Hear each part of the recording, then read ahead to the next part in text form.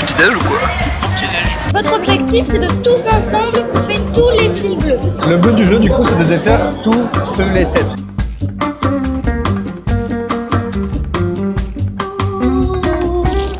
Sugar.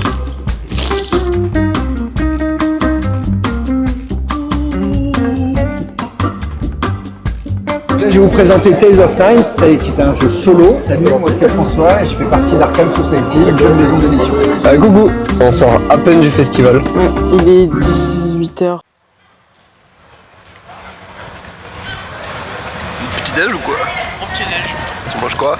On n'a pas mis les micros mais on va entendre je pense. Pain au chocolat, cappuccino. Quand t'as pris un chai latte et une brioche au chocolat. Ouais. Et on ça 5 minutes face à la mer avant de rentrer dimanche dernier jour. Avec le soleil quand même, hein. Ça fait plaisir. Avec du goût tendu, non?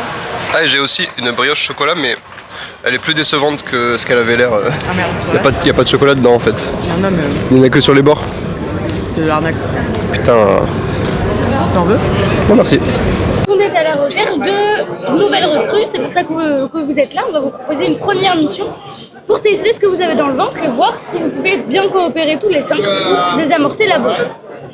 Cette bombe, elle est matérialisée par des fils que vous avez sur la table. Ces fils prennent différentes valeurs, de 1 jusqu'à 12. Et ils sont présents 4 fois dans le jeu chacun. Ok ? Votre objectif, c'est de tous ensemble couper tous les fils bleus. Lorsque tous les fils bleus seront coupés, vous aurez gagné la partie, la bombe aura été désamorcée. Ok ? Vous l'aurez compris, c'est un jeu coopératif. Donc vous avez tous ces fils bleus, mais vous avez aussi un fil rouge. Le fil rouge, c'est le fil à ne surtout pas couper, sinon la bombe explose. D'accord ? C'est un fil de valeur décimale, là il vaut 8,5, donc il s'insérera entre le 8 et le 9 sur le support, sur le chevalet de quelqu'un. Ok ? Avant de commencer, on répartira tous les fils, donc bleus et rouges, sur les chevalets des différents joueurs. Et donc vous placerez, je vais t'emprunter le chevalet pour l'explication, vous placerez vos fils de manière croissante, le plus petit à gauche, le plus grand à droite. Je prends juste quelques fils pour vous donner un petit exemple. S'il y a la moindre chose que tu comprends pas, n'hésite surtout pas à me couper. Hein. Par exemple, j'ai pris quelques fils, je les ai placés dans l'ordre croissant. Évidemment, moi, je connais la valeur de mes fils, mais vous, ce n'est pas votre cas, et inversement. Et comme c'est coopératif, avant de commencer la partie, je vais donner une première indication sur la valeur de l'un de mes fils pour vous aider. Ok ? Par exemple, je vais décider de prendre un jeton indication de valeur 5 et de le placer face au fil de mon support qui a la valeur 5. Donc à partir de maintenant, vous savez qu'ici j'ai un fil de valeur 5. J'en ai peut-être d'autres, mais j'en ai au moins un ici. Donc, chacun notre tour, on va chacun placer un jeton indication. Lorsque chacun aura placé un premier jeton indication, la partie va pouvoir commencer. Monsieur, vous êtes le capitaine de l'équipe, donc vous aurez l'honneur de commencer la partie. Il n'est pas bon. Aucune chance. Chacun à votre tour de jeu, il va falloir couper des fils, faire une coupe de fils. On coupe toujours 2 fils de même valeur, donc des fils par paire de même valeur. Okay, toujours par 2, voire par 4. Mais c'est plutôt rare, surtout à 5 joueurs. Par exemple, j'ai un 3 sur mon support. À mon tour de jeu, grâce aux indications qu'il m'aura données, je me doute qu'il a un 3 quelque part sur son support et qu'il pourrait par exemple être ici. Donc à mon tour de jeu, je vais venir pointer son fil et lui demander est-ce qu'il s'agit d'un 3. Oui, bien sûr. Super, dans ce cas-là, on peut couper son 3 avec le mien. Et donc on place chacun notre 3 devant notre support, face à l'endroit où il était placé sur le support, parce que ça nous donne des indications. Là, on sait que mon plus petit fil, c'est un 3, donc je n'ai ni de 1, ni de 2, par exemple. Mais c'est toujours par paire. On les coupe toujours par paire. Ça veut dire qu'il faut que je l'ai pour couper quelqu'un d'autre. Exactement. Tu peux quelqu'un d'autre l'est, ça marche. Non, j'ai pas le droit de couper un fil là et un fil Genre là. comme trio. Ok, Que chez d'accord. toi et... Ok. Il faut que je l'ai moi et quelqu'un d'autre. C'est Ok. ça, exactement. Ok. Là, on vient de faire une coupe en duo, mais il existe aussi la coupe en solo. La coupe en solo, c'est lorsque j'ai les derniers fils d'une valeur sur mon support. Ok. Par exemple, là, on vient déjà de couper 2 3. Moi, j'ai les 2 derniers 3. Je vous rappelle que chaque fil n'existe qu'en 4 exemplaires dans le jeu. J'ai les 2 derniers 3 sur mon support, donc 1, 2, 3, 4, le 3 et 4 sont là.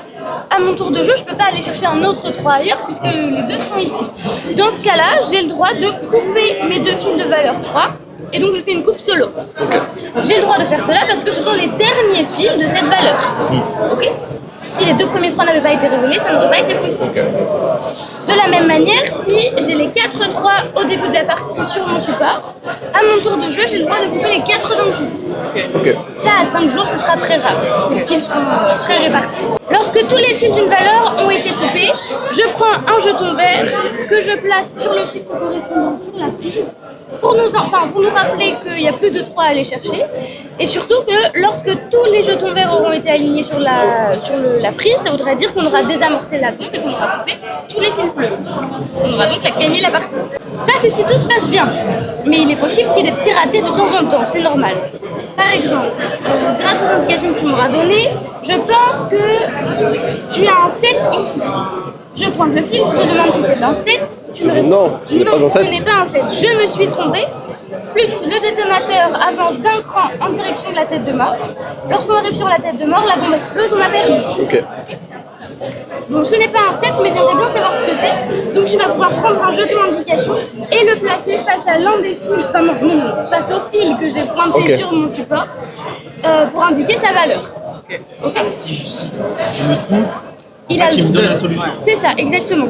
Donc parfois c'est utile de se tromper parce que ça nous permet d'avoir des indications supplémentaires. Faut juste faire gaffe au vie, quoi. C'est ça, exactement. Oui. Il y a peu de chance quand même. Hein. Oui, dis-moi. Et les indications, on en met qu'une seule. Oui, une seule. Et là, comme je me suis trompée, il est obligé de mettre son indication sur le fil que j'ai pointé, sur le fil sur lequel je me suis Parce trompée. que si j'avais 2-8, Non, vous mettez l'indication que sur le fil. que sur le fil, pas sur un 8, quoi. Non, oui, c'est ça. Si je me trompe et qu'en plus le fil que je viens de pointer chez lui, c'est le fil rouge. Le fil rouge, il est ultra sensible. Dès qu'il est pointé, il est coupé, la bombe explose, on a perdu la partie. Ok. À chaque partie, on sait où est le fil rouge? Alors, À il quelle connaît sa valeur il est? Oui, mais on ne sait pas où il est. Oui, bien sûr. Vous avez du coup le petit pion pour vous rappeler qu'il y a bien un fil rouge à ne surtout pas couper entre le 8 et le 9. Ok. Pour éviter de couper le fil rouge ou de tomber sur le détonateur, on a des équipements, des petites aides de jeu, des outils. Le premier, c'est le double détecteur 2000. Le double détecteur 2000, vous êtes tous en possession de cet équipement, il vous est personnel et il vous permet une fois pendant la partie de pointer 2 fils au lieu d'un si vous avez un doute. Par exemple, je me doute qu'il y a un 8 quelque part sur le support, mais je ne sais pas exactement où il est. Donc j'ai le droit d'utiliser le double détecteur, de pointer 2 fils et de vous demander parmi les 2 fils, est-ce qu'il y a un 8 ? Oui. Si c'est bien le cas, tu peux révéler ton 8, je révèle le mien et on aura fait une coupe duo. Si ce n'est pas le cas, je me suis trompée, donc le détonateur avance de nouveau d'un cran en direction de la tête de mort. Et tu pourras nous indiquer la valeur de l'un des 2 fils que j'ai pointé, celui de ton choix. Ok. Dans le cas où je me trompe. Ok. Si parmi les 2 fils que j'ai pointés, avec mon double détecteur, il y a le fil rouge. Si je pointe le fil rouge parmi les 2 fils que j'ai pointés avec le double détecteur, c'est pas grave, on oublie simplement le doigt qui pointait le fil rouge, tu vas nous faire ta plus belle poker face et personne ne saura que le fil rouge a été pointé. Tu pourras nous indiquer seulement l'autre fil. Est-ce que ça vous paraît clair le double détecteur? Oui. Ouais. Il est à usage unique, donc une fois que je l'ai utilisé, je le retourne, il n'a plus de pile. Ok. Vous avez également des outils sur le plateau. Il y en a 5 parce que vous êtes 5 joueurs. Vous pourrez utiliser ces outils une fois pendant la partie et ils sont utilisables par n'importe lequel des joueurs. Le post-it, là-bas, nous permet de prendre un jeton indication supplémentaire et de le placer face à l'un des fils de notre support pour donner une indication en plus. Est-ce que je peux m'en servir si j'ai le 8 et demi Non, parce que pour mettre entre mon 9 et mon 8?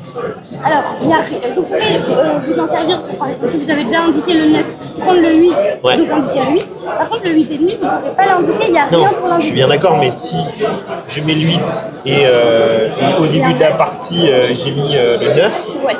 tout le monde va savoir que le 8 et demi est là.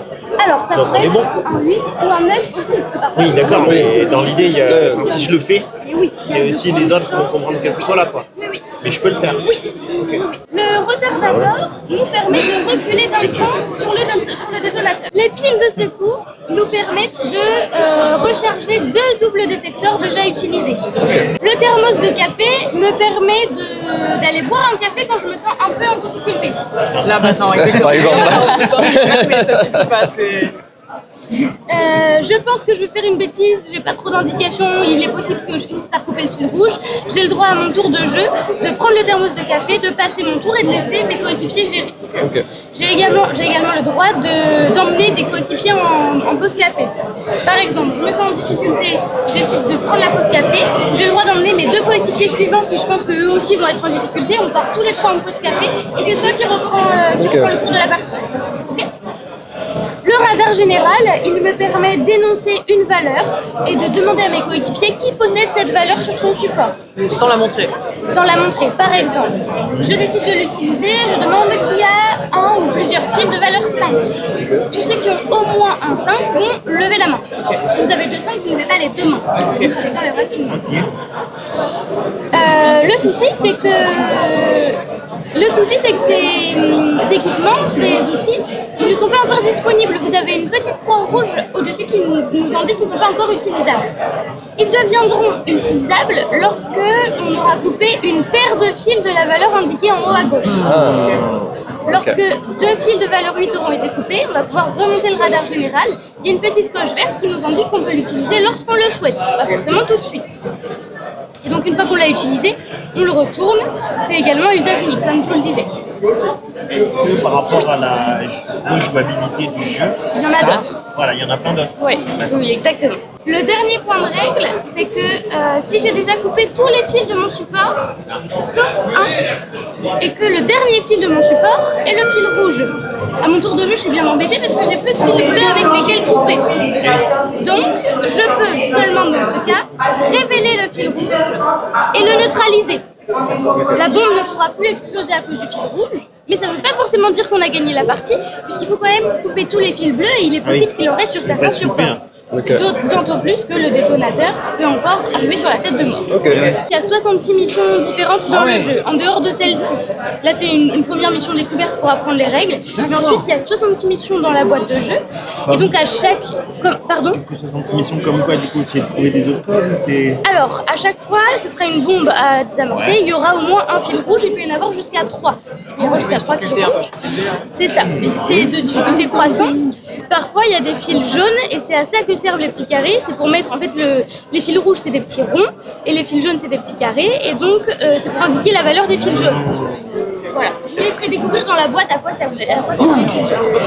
Et en fait, vous avez les 8 premières missions qui sont disponibles directement dans la boîte. Une fois que vous avez passé la 8e, vous obtenez votre diplôme des mineurs.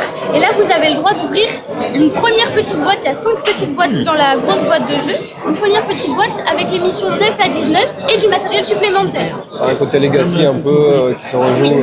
C'est ça. Si c'est bon pour tout le monde, je vous propose qu'on retourne tous les fils, qu'on les mélange et que chacun en prenne 12. Moi, avec ce capitaine, j'en prends 4. Vous allez pouvoir en prendre 12 chacun, sauf toi qui es la dernière joueuse, tu vas en prendre 13. Ah, super. Oh là là, Je viens de vous dire une bêtise, moi aussi j'ai besoin de café, je crois. C'est pas 12 puisque vous êtes 5 joueurs, c'est 10 c'est bien, 10 fils c'est chacun. faisable déjà, ouais. Toi, t'en as 22. Et 9 pour le capitaine. On les prend comme ça ou il y a un. Oui, on voit ça. Donc 9. Vous en prenez 9 et vous les placez dans l'ordre croissant sur votre chevalet. c'est vrai. Le plus petit à gauche, le plus grand à droite.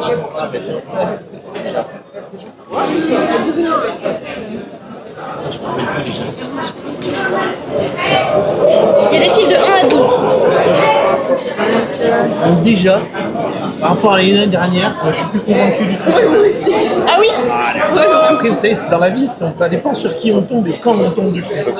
Oui, Je dis pas ça quand pour on vous. tombe dessus, je suis d'accord. Ça va, je le prends pas personnellement, Non, du coup, merci. faut pas. Mais non, l'année dernière, on nous l'a pitché. Ouais, ça donnait pas envie. Catastrophe. Ah ouais?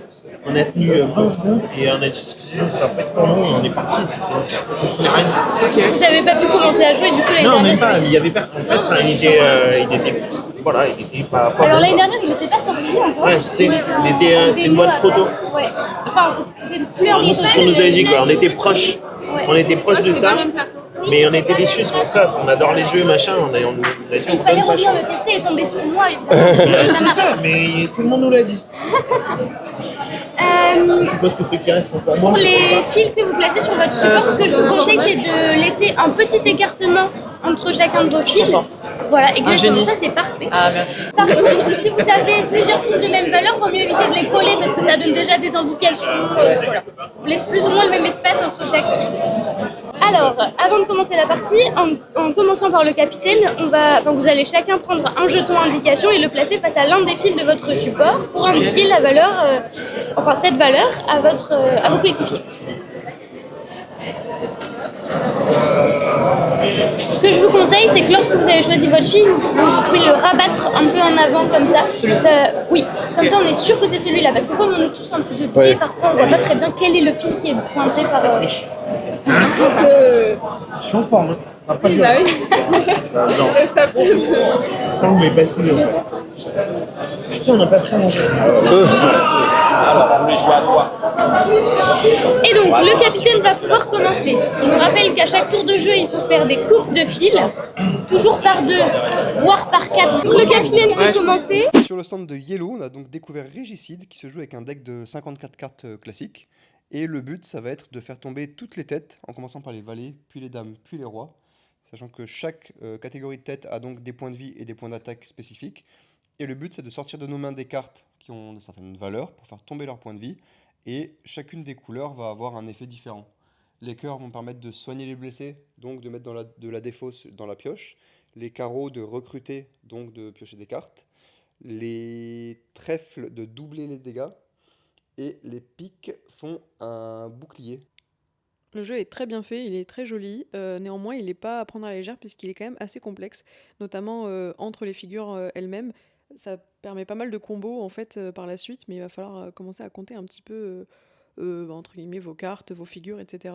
Il faut faire attention parce que évidemment le jeu est évolutif, plus le jeu avance et plus les boss sont forts. Néanmoins quand vous les tapez, vous prenez des dégâts.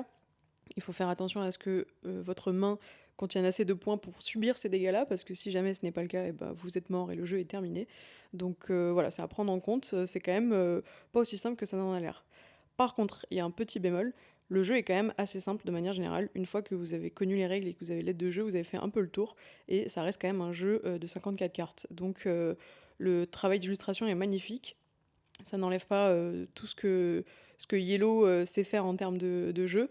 Mais par contre, voilà, c'est peut-être un peu dommage d'acheter ça. Après, le jeu est quand même très peu cher, donc pourquoi pas s'y intéresser si vous êtes amateur de ce genre de jeu. C'est vrai que on a quand même l'impression d'acheter un jeu de cartes de 54 cartes classique, mais effectivement, pour supporter le travail de game design et d'illustration, ça peut valoir le coup de mettre de l'argent dans le jeu. Et ça reste quand même vraiment un très bon jeu coopératif.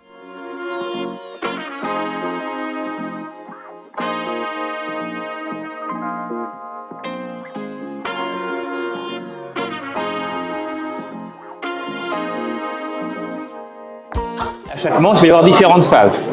Début de chaque manche, on va distribuer 2 cartes à chacun. Et donc ces cartes-là, il va falloir que vous les gardiez secrètes. Donc ne faites pas ce que je vais faire, c'est-à-dire ne les montrez pas. Là, l'idée, c'est une fois que j'ai ma main de départ, il va falloir que je donne une indication à mes partenaires, est-ce que c'est une bonne main ou pas. Bon, 9 et roi, pas forcément une très bonne main. L'avantage, c'est que c'est du carreau, donc je me dis, s'il y a 3 carreaux au moins qui sortent, je pourrais avoir une couleur. C'est quand même mieux que si j'avais eu un 3 et un 4. Je dis, c'est moyen, on va dire que je prends un 3. Là, il n'y a pas d'ordre pour choisir les jetons. N'importe qui peut prendre n'importe quel jeton, et si quelqu'un considère que sa combinaison vaut un 3, elle peut très bien me prendre le 3. Du coup, je peux lui reprendre, elle peut me le reprendre, ainsi de suite. À un moment donné, il dit, ok, c'est pas grave, garde-le, je vais prendre le 4, ou je vais prendre le 2, etc. Ce que j'ai pas le droit de faire, c'est de donner un jeton à quelqu'un. Ça, j'ai pas le droit de le faire, parce que je connais pas la main des autres. Mais par contre, si mon jeton m'intéresse plus, je peux le reposer et en prendre un autre. Que je peux le prendre au milieu ou je peux le prendre à quelqu'un. L'idée, c'est qu'effectivement, on va essayer de se jauger et de un peu se calibrer sur est-ce qu'on a une meilleure main que les autres. Ce sera généralement pas parfait, mais ça donne quand même une indication. Si on se bat tous pour le 6, c'est rare, mais bon, c'est bon signe. Ça veut dire qu'on a tous une bonne main. Une fois qu'on aura tous choisi notre jeton blanc, on va mettre à leur place les jetons jaunes, et là, on va révéler 3 cartes. Et du coup, on va devoir faire la même chose avec les jetons jaunes, ce qu'on a fait avec les blancs. Donc là, ma combinaison, bah, j'ai pas vraiment grand-chose. Un 9 et un roi, bah voilà. Il y a un troisième carreau, mais il m'en manquerait 2. Il y a quand même peu de chances que 2 carreaux sortent, c'est possible, mais voilà. Puis bon, bah là, je prendrais plutôt un 1 ou un 2 parce que j'ai vraiment rien. Mais peut-être que quelqu'un a pire que moi, hein, voilà. Si quelqu'un a moins que ça, il n'y a pas non plus de paire ici, etc.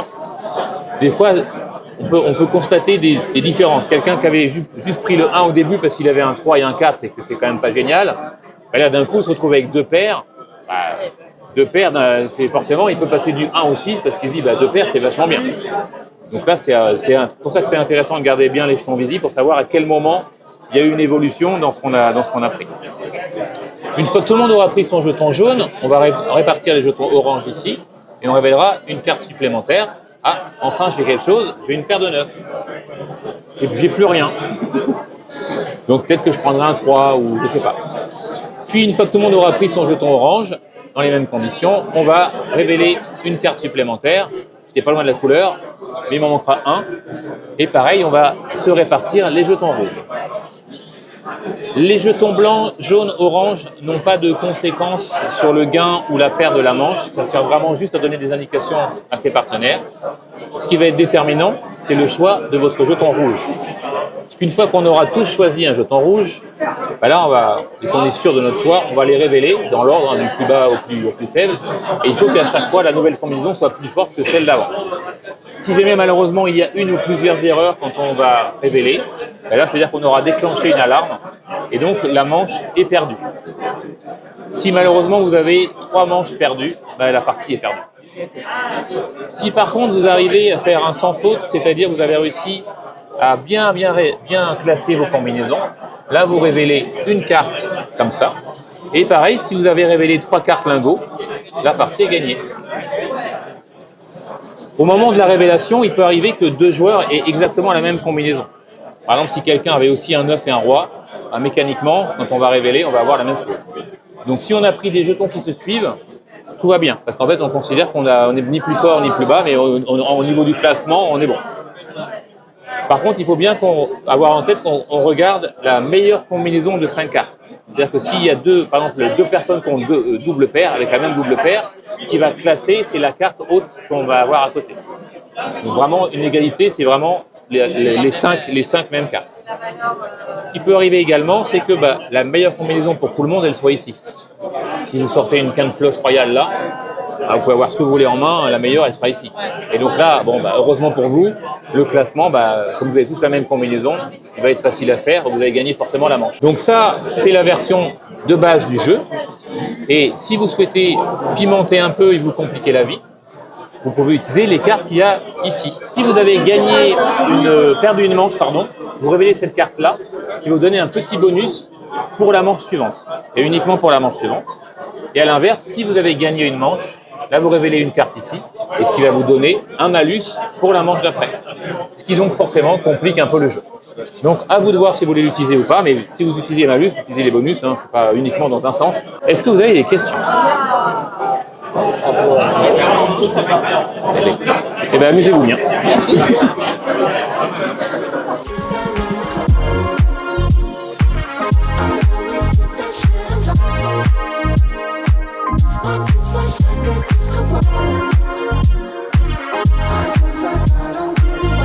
C'est un roguelite, c'est-à-dire que c'est un jeu où vous allez faire des runs, vous allez tenter de traverser des biomes, d'aller le plus loin possible, et fatalement, à un moment donné, vous allez mourir.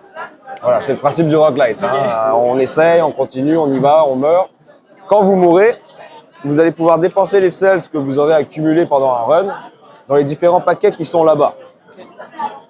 Ça va permettre de vous améliorer pour les runs suivants. Vous serez toujours un peu plus fort quand vous allez revenir pour recommencer. Donc quand vous mourrez, le run se termine, vous dépensez vos cells. Le run peut aussi se terminer si vous arrivez à vaincre un boss. Vous allez trouver un boss au bout de 2 biomes, donc il faut traverser un biome, survivre, traverser le 2e biome, survivre, et tuer le boss sans mourir. Alors si vous mourrez, ça se termine, mais si vous tuez le boss, ça se termine aussi. Alors Dead Cells, ça a été un petit peu mon coup de cœur parce que j'adore les gros jeux, en tout cas de plus en plus, et j'ai retrouvé là le genre de jeu que j'aime bien faire avec Ilyes et entre autres d'autres amis, parce que c'est l'avantage en fait de ce jeu-là, c'est qu'on peut intégrer des nouveaux joueurs au fur et à mesure de toutes les parties. Ça changera en fait en rien à votre partie initiale, enfin c'est un package, je sais pas comment on dit. Oui, parce qu'en fait, on joue toujours 3 cartes pendant les phases de combat. Et même quand on est 4, on va jouer 3 cartes. Quand on est 2, on va quand même jouer 3 cartes. Quand on est 1, on va quand même jouer 3 cartes. Ce qui fait que le rythme ne change pas vraiment.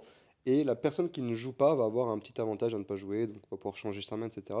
Ce qui fait qu'effectivement, on peut commencer une partie solo et la continuer à plusieurs si besoin. En fait, moi, ce que j'adore, c'est la sauvegarde parce que c'est comme les porte-vues d'Idle. C'est-à-dire Ben, vous allez voir, regardez, tout à gauche, il y a un porte-vue et on peut glisser les cartes dedans. Et en fait, on dirait la même chose que quand on avait avec Yu-Gi-Oh, Pokémon et Gina et Galopa. C'est vrai que c'est quand même pratique parce que du coup, quand tu ranges le jeu, les éléments que tu dois conserver, ils restent vraiment dans cette pochette-là. Et le reste, en fait, ça recommence à zéro. Principe d'une sauvegarde, quoi, finalement. Tout à fait. Mais on a d'autres jeux avec des sauvegardes qui sont quand même Plus casse-couille. moins pratiques. Vas-y, dénonce Histoire of Mine, c'est de la merde. Waouh. En fait, on adore Dead Cells parce que c'est d'Histoire of Mine, mais en mieux dans le sens où c'est plus gai, plus joyeux. On a l'impression que l'univers est quand même plus colorful, plus sympa. Moi, j'ai beaucoup aimé ce truc de combat en plusieurs temps, avec des temps même en temps 0 et en temps 4, où en fait, on sait jamais trop comment ça peut nous baiser la gueule. Sachez que vous pouvez avoir des ennemis devant et derrière. Ça peut être dangereux. Hein. Et donc, Scorpion Masqué, quand même, qui nous régale sur le stand avec 2 jeux qu'on a adorés, Dead Cells et Tag Team. Et ça fait plaisir. Hein. Vous avez aussi la Hanuna à côté. Hein? Comment vous appelez? Mollusque? Microbe? Mookie. Apparemment, c'est sympa, Mookie, si on a des enfants et tout. Bon, on vous l'a déjà dit, on n'a pas d'enfants, donc nous, on s'en fout. Mais il y avait un Kakemono où on pouvait surnommer les Mookies. Ça, c'est mignon. C'est mignon. Moi, je fais pareil avec mes Mookies à moi. Ok, cool. Et en vrai, Dead Cell, cool. Un peu dommage que la démonstration ait été si courte, mais un peu comme souvent sur ces festivals et tout, on n'a pas le temps d'exploiter le jeu, les parties à fond, mais c'est bien, ça laisse un peu de surprise à la maison. Moi, je suis pour acheter ce jeu. Rejoignez-nous. Bon, c'est fait déjà. Ah ouais, c'est vrai. Cher, hein. 80 balles, je crois. 85. Bah, je crois que c'est notre plus grosse dépense sur le festival. Enfin, oui. Sans compter les TCG. Ouais, en vrai, aujourd'hui, je sais pas s'il les vaut, mais c'est cool. Si, quand même, c'est un gros jeu, il y a plein de choses dedans. Ouais. Plein de cartes. Ouais. Des plateaux. Ouais. Et je pense quand même une durée de vie assez intéressante. Un peu déçu de pas avoir acheté la figurine, mais beaucoup trop cher. Oui.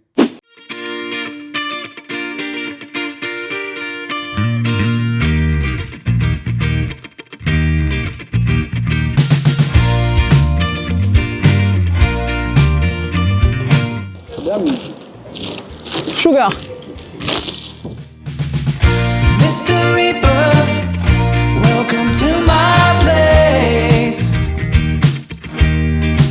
I hate to tell you you're on a wild.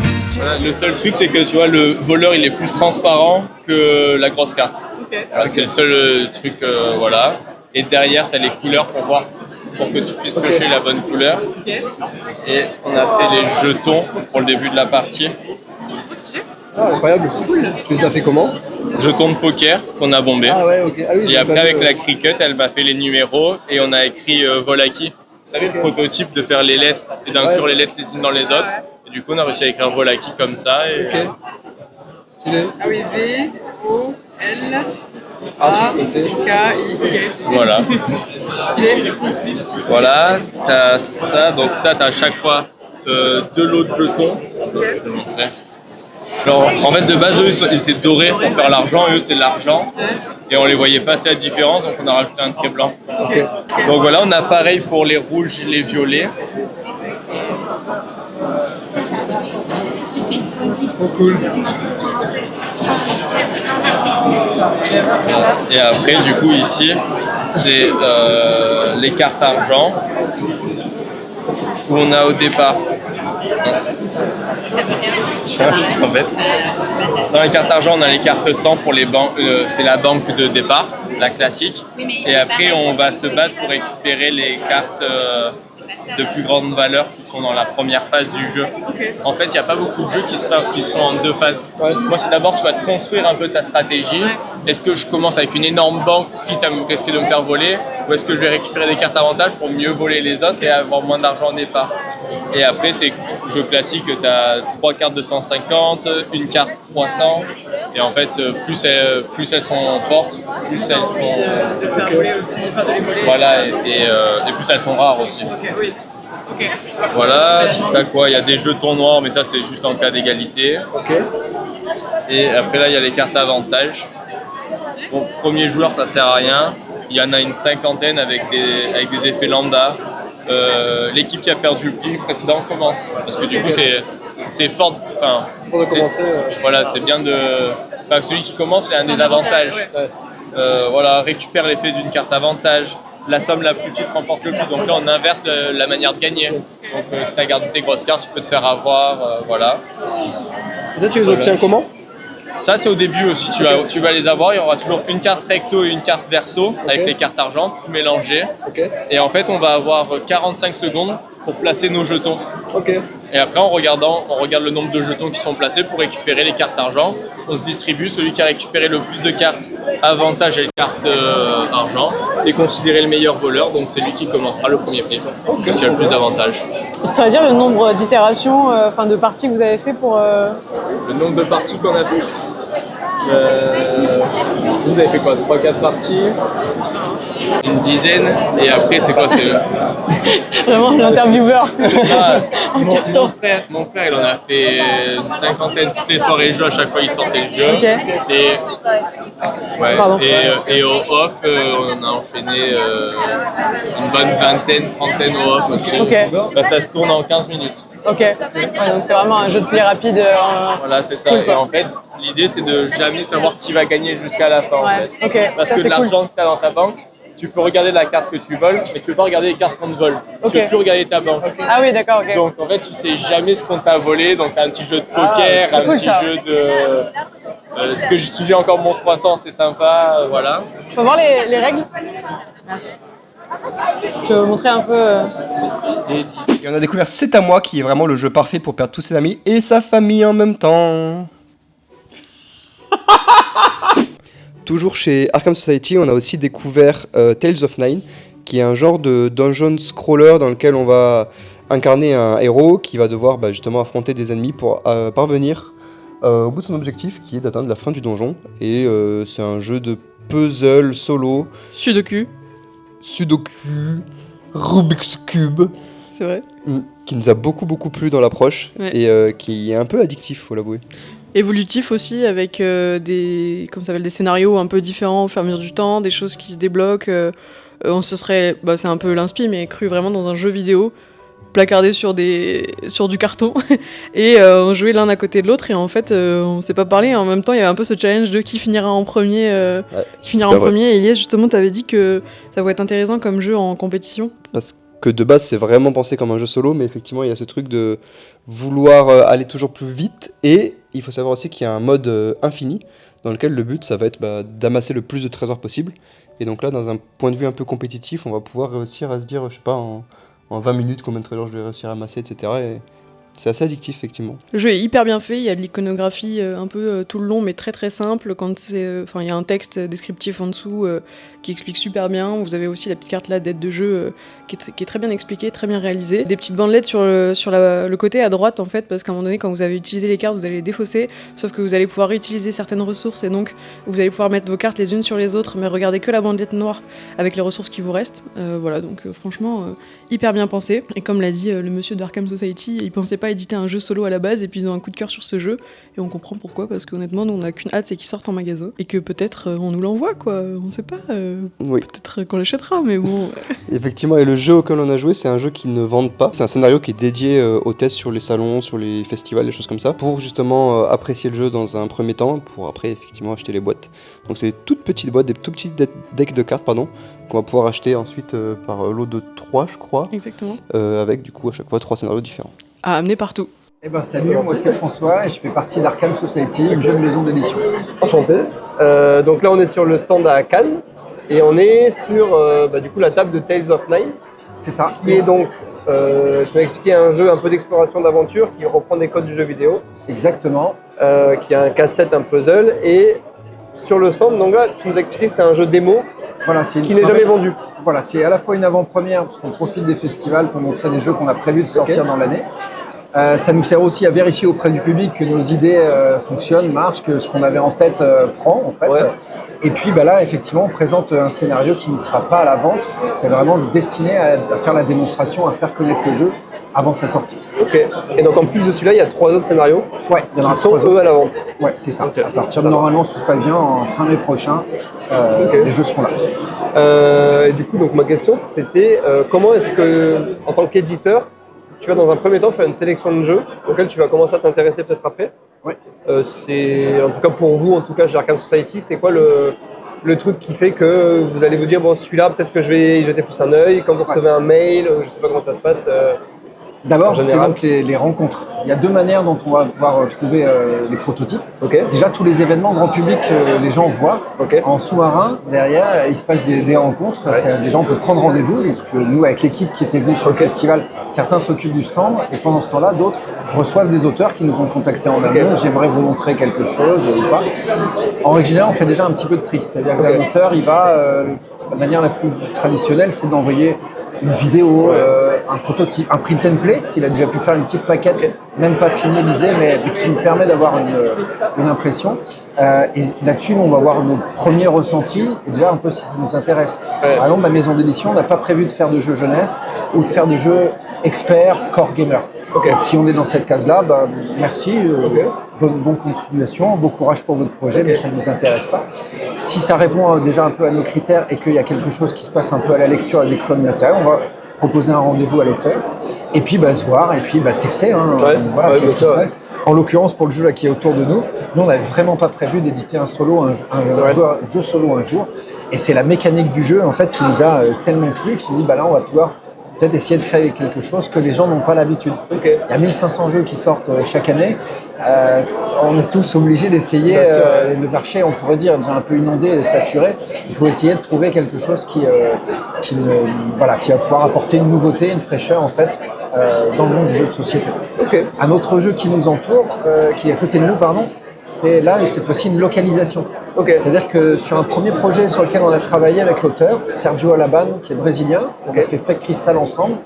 Et c'est parce qu'on a fait ce premier jeu ensemble qu'il y a une relation qui s'est créée avec l'auteur.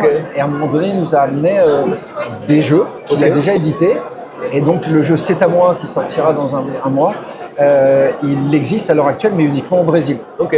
Un jeu qu'on a testé juste avant, on aura quelques images sur la chaîne. Et qui est un jeu un peu d'enchère du coup enchère et collection dans une ambiance de partage d'héritage où chacun va essayer de récupérer le plus gros lot possible. Et donc on va le localiser, il arrivera en France le mois prochain et là le jeu existait déjà, même le maquettage du jeu existait déjà. On a très légèrement travaillé sur les couleurs et la forme de la boîte pour que ça corresponde mieux au marché français. Mais c'est quasiment tout en fait. Et donc on est dans un autre type de contrat, on connaît l'auteur, c'est lui qui nous a présenté sa maison d'édition brésilienne et on travaille dans le cadre d'un contrat de localisation. Et donc sur un jeu que vous éditez vous-même sans localisation, qu'est-ce que vous allez apporter au jeu? Donc l'auteur par exemple de Tales of Nine, est-ce qu'il arrive avec un jeu quasi fini, vous avez dit on signe et on envoie une impression en gros, ou est-ce qu'il y a eu vraiment des allers-retours, des modifications dans les règles, des choses qui ont changé pour cet exemple-là, par exemple? Exactement. En fait, quand on se rencontre, l'auteur, il peut être à plein de stades différents de l'évolution. J'ai juste une idée, j'ai un jeu qui est très avancé, j'ai un jeu qui est fini. Et en fait, c'est ensemble qu'on va essayer de se convaincre de cette idée, à quel point le jeu est fini, à quel point il y a encore besoin de le travailler, retravailler des mécaniques, choisir le vocabulaire qui apparaît dessus. Est-ce que ça parlera au grand public ou non? Est-ce qu'il y aura en fait, est-ce que les mots, les créatures, les objets correspondent? Faire des choix en termes de titres, d'habillage graphique, choisir les illustrateurs qui vont venir dessus. Et donc ensemble, on doit tendre, essayer de se convaincre, pas toujours facile, cette idée d'arriver à ce que nous, éditeurs, on va être capable de faire. Et évidemment, en fait, un auteur, il a ses envies de toutes ses idées soient le plus présentes possible. Et il y a cette dualité qui se met en place, un mi-chemin entre une confrontation et un partenariat, en fait, de se trouver cet équilibre, en fait, que le jeu, pour nous, puisse aboutir, pour que l'auteur, pour qu'un maximum de ses idées soient encore présentes à l'intérieur du jeu. Et donc, ce travail-là commun, en fait, chaque projet, il va être différent. Il y a des choses qui dépendent de tout plein de paramètres en fait, la thématique du jeu, de l'avancée du prototype en fait. Donc chaque relation éditoriale va être différente d'un jeu à l'autre. Dans votre cas, à quel point l'auteur est inclus du coup dans ce processus? Parce que on entend un peu à gauche, à droite, parfois il y a des auteurs qui donnent un jeu à un éditeur, et puis 2 ans après, ils entendent enfin parler, il est édité, ils n'ont pas eu de nouvelles. Est-ce qu'il y a des échanges? Comment ça se passe? Dans la majorité des possibilités, on essaie de faire ensemble en fait que le jeu il puisse se faire avec la meilleure entente possible. Et c'est pas facile tout le temps, parce que là-dedans il y a de l'envie, il y a de l'ego, il y a de l'amour. Enfin, je veux dire, la genèse d'un jeu pour un auteur, c'est quelque chose de très très très fort. Et à l'autre bout, nous, notre mission de le rendre éditable. En fait. Et c'est toujours vraiment cette notion de curseur et de l'autre. En tout cas, nous, on cherche à travailler avec les auteurs pour faire en sorte qu'un jeu, en fait, ils fassent pleinement le plus possible partie. J'ai travaillé en tant qu'intervenant ludique, par exemple, pour un éditeur allemand, ABBA. Les Allemands étaient réputés pour signer le contrat, prendre le jeu, et on se revoit quand nous, on l'aura fini. Seul de leur côté. Ah ouais, ok. Alors l'auteur, il a cette... c'est prestigieux de sortir chez un grand éditeur international. Donc on peut avoir l'envie de se dire « chouette, j'ai signé avec ABBA ». Et donc quand un jeu va sortir, je vais faire tout de suite 50 000 boîtes minimum à l'international. Par contre, il faut concéder à 100%, c'était le cahier des charges de cet éditeur-là, concéder à 100%, le fait que vous me le confiez, j'en fais ce que je veux, si vous signez avec moi... voilà, je ferai mon mieux pour le respecter, mais l'éditeur avait là 100% du pouvoir en fait. C'est vraiment là où est-ce qu'on place notre envie entre sortir son bébé un peu à sa sauce au maximum en tout cas, ou vraiment se dire ok bon cet éditeur il a la puissance d'un gros marché, je lui fais confiance, je lui laisse mon jeu pour être un peu plus mais il faut qu'il ait cette envie-là, cette capacité de lâcher prise, c'est pas le cas de tout le monde. C'est pas facile, vraiment chaque projet est différent par rapport à ça. La capacité à prendre du recul sur sa propre création, la liberté qu'un éditeur va vouloir confier à telle ou telle personne qui confierait sur un projet et peut-être pas sur d'autres. En fait, vraiment chaque projet éditorial sera différent. Ok. J'ai envie un peu de reparler de Tales of Nine du coup. Ce jeu-là, du coup, il est vendu à combien? Enfin, il sera vendu à combien en boutique? Est-ce que vous pouvez le dire? Est-ce que c'est déjà... Le projet est déjà clé parce que un éditeur travaille avec un distributeur. Nous, on est distribué par Asmodée. Et les distributeurs, lui, sur ces aspects-là, du calendrier de sortie, de tarifs, de boitage, en fait, il a des contraintes à mettre en place. L'idée aussi, c'est que lui-même, par rapport à tout ce qu'il distribue, il va nous donner des conseils sur la meilleure date par rapport au reste du marché. Il ne faut pas trop sortir de projets un peu similaires ou de formats similaires en même temps. Ce qui nous est arrivé sur un de nos tout premiers jeux, une histoire qui se passait dans une cour de récré avec des enfants qui font des bêtises et une maîtresse qui finit par péter les plombs. C'est un de nos tout premiers jeux pour se lancer dans le marché. Et on ne pouvait pas le savoir, les 3 mois avant notre sortie, chez un autre éditeur, un autre distributeur, est sorti un jeu avec la même thématique proche, pas la même mécanique, mais les boîtes racontaient un petit peu la même histoire. Et ce jeu-là n'a pas marché. Et là, quand les boutiques elles ont vu arriver notre jeu avec une thématique similaire, un prix à peu près, taille de boîte similaire, ils ont dit bah non, on n'en veut pas. Et ça, on pouvait rien y faire. Ça, c'est la vie de l'éditeur.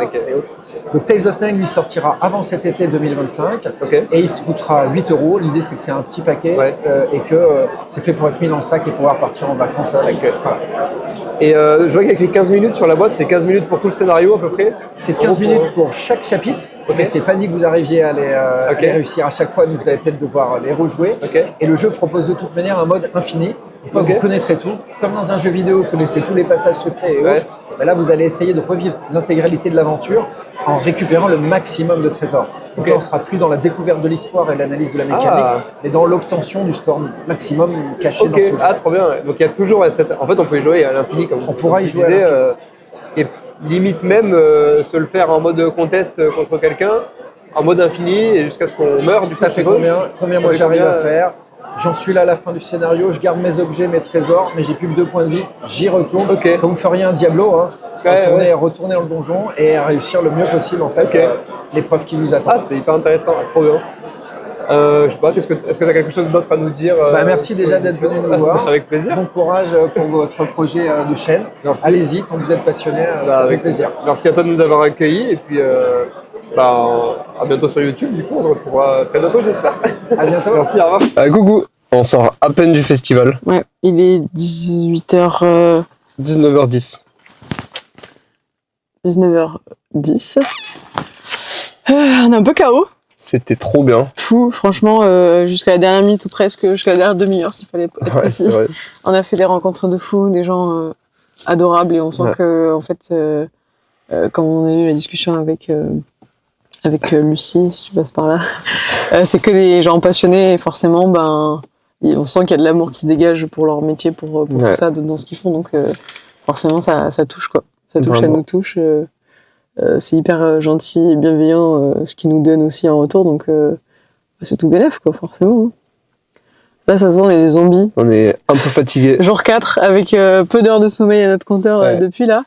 En plus, c'est le seul premier moment où on se pose vraiment depuis presque 4 jours, sauf le soir où on dormait dans le lit, quoi. Et encore on rentrait tard, donc... Là, on a encore 3h30 de route pour rentrer à Montpellier, mais ça va le faire. Oui, ça va le faire.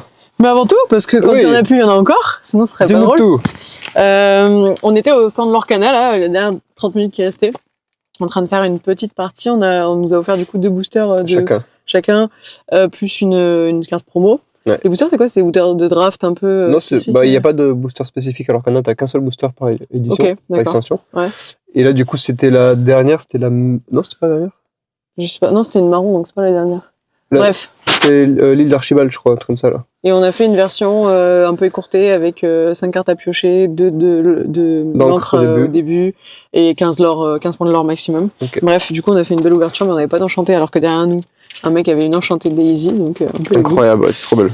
Et à la fin de notre partie, on voit du coup le monsieur de Rise, du TCG Rise, qui vient au stand pour distribuer quelques boosters. Et moi, je criais nous, alors qu'il nous avait déjà vu il y a 2 jours. Et il nous a offert du coup 2 boosters chacun de 5 cartes. Ouais, c'est des boosters fraîche édition. En gros, c'est une espèce de demi-édition avec que des cartes un peu stylées dedans en foil et tout. Ouais.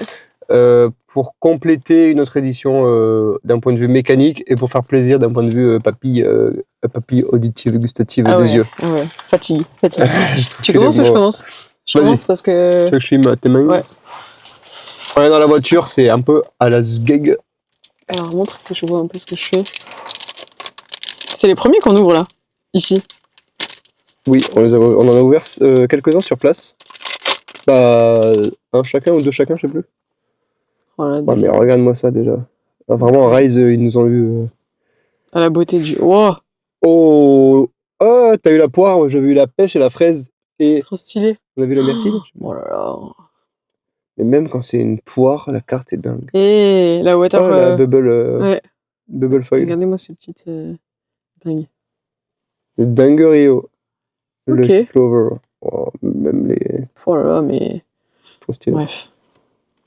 Oh, t'as eu le water, mais pas en bubble foil. Non. Je sais pas comment ça s'appelle, en fractured foil, je crois, un truc comme ça. Là. Ouais. Et voilà, on est revenu au départ. Incroyable. J'ouvre le deuxième? Allez, vas-y. Je range ça rapidement. J'ouvre ça. T'es contente? Ouais, je suis contente. Je me rappelle plus, c'est quoi les plus rares? C'était les blanches avec des éclats blancs? Non, en fait, la rareté en bas, la couleur n'a pas d'importance. Ah ouais? Quand c'est blanc, c'est que c'est pas des foils, et quand c'est doré, c'est que c'est des foils. C'est tout. Ok. Mais du coup, c'est le nombre d'ailes en fait que t'as. Je crois qu'il avait dit que c'était. Oh non, mais tu sais, l'appareil il est en mode intelligent, en mode automatique. Il m'a reconnu comment? Enfant en bas âge. Parce que j'ai toujours, pas maquillée, j'ai des gros joues et les cheveux attachés, j'en parle même pas, j'ai un visage tout rond. Mais merci Sony, allez vous faire voir. Oh! J'ai pas vu. Oh, c'est quoi cette dinguerie? Oh, je sais pas, mais. Blazon. Elle est pas foil, mais en fait, regardez, vas-y, bouge un peu. Mais en fait. Tous les sens. Vous voyez un peu, il y a des jeux de texture. Ouais. Même sur les cartes qui sont pas foil, c'est incroyable. Ouais. Oh là là, mais regardez-moi cette beauté. C'est dingue. Le petit clover en bubble. Et tous les effets là? Texture comme ça, on n'avait jamais vu, non? J'ai l'impression que non. Espèce de quadrillage. Oh, des cœurs. Oh, elle est magnifique. Oh là là, je suis une fille, j'adore. Hein. C'est trop beau. Hein.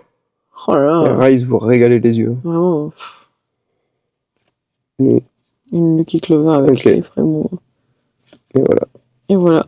Bah, en fait, le problème avec Rise, c'est que toutes les ouvertures sont de belles ouvertures. Ouais, on a l'impression qu'on a que des trucs de dingue. Alors, c'est le cas, mais je veux dire, t'as l'impression que c'est que des cartes de fou, en fait, genre numérotées presque. Il y en a des numérotées. Hein. Dans celle-là? Dans l'autre, je crois. Non, c'était dans l'autre. Peut-être pas, ouais. Non, c'est dans l'autre. Mais c'est pas grave, parce qu'on va vous faire une petite ouverture sur la chaîne. Donc, Bientôt. regardez bien nos shorts. Je veux dire, nos faux. On a craqué notre slip sur du Rise. À peine.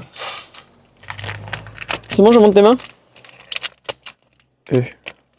Yes nous a sorti son plus beau pantalon pour l'occasion. Et ouais, pour aller avec tapisserie murale. Le slime necklace. Est-ce que t'as les effets? Non. Ah, parce que lumière de l'autre côté, je pense. De côté. Ouais, c'est vrai, je suis bête. Bouge là, mieux. Pas plus. Ouais, plus voilà. comme ça. Ok, je voyais pas. Ok. Ok. Oh. Je me suis spoil. Water Clover, mais en rouge du coup. Alors, faut savoir qu'il y a des petits gimmicks en termes de gameplay. Il y a une carte qui est pas une invocatrice, mais une incantation. Donc, en gros, c'est un truc qui reste sur le terrain. Qui dit que il y a que les cartes avec une illustration trèfle rouge qui permettent d'activer leur effet, en gros, d'aller chercher dans les bibliothèques. T'as vu la texture c'est magnifique. avec les lignes là? Ouais. On dirait une empreinte de dos. Water drop. Oh là. Oh là. Quand tu fais passer la lumière là, que tu vois. Voilà, mais ça n'en finit jamais. Ça n'en finit jamais, c'est infini. Ouais, mais ça glisse sous le pouce tellement c'est. Oh, collier d'émeraude. Search foil avec toujours le jeu de texture qui est dingue. On dirait de la nacre. Et je sais pas si on va voir la tranche de la carte. Ouais, aussi. Oh là là. Voilà quoi, c'est. C'est le dinguerie, oh. T'en as un deuxième. Oh, attends. J'ai pas fait mes 5 cartes. Wow. Le petit gâteau, mini cake. Il est trop mignon. Il est mignon. Et regarde-moi le foil sélectif. Là. Voilà quoi, c'est dingue. Celle-là moins jolie, hein, putain. Une rediff avec. Forcément, elle impressionne un peu le reste, quoi. Mais même quand elle est moins jolie, il y a quand même les textures, il y a quand même. Allez, le dernier. Et après, on rentre. On part. Et... On se fait kiffer jusqu'au bout. Oh, mini cake, c'est le même, mais en non-foil du coup. Et il est quand même texturé, je sais pas si on voit bien, mais. Bah, du truc sélectif un peu. De texture. Dans les yeux et tout. Oh, Shiny Luck. C'est pas un héros? Non. Non, c'est un éminent. Okay. Mais c'est dingue. Un fruit. Oh, fruit de la passion. Il est trop beau aussi. Mais j'adore. Toi, les fruits, t'aimes bien, toi. Mais je trouve ça hyper stylé en fait. Ça me rappelle Fruit Ninja, mais en 1 million de fois mieux. Je sais pas si tu vois, la DA elle était déjà belle à l'époque. Water Clover, on l'a ouvert en 15 fois. Ouais. Je le passe vite. Oh, ah non, je fais que des petits trucs en plus. Oh. Encore un mini cake, mais encore différent.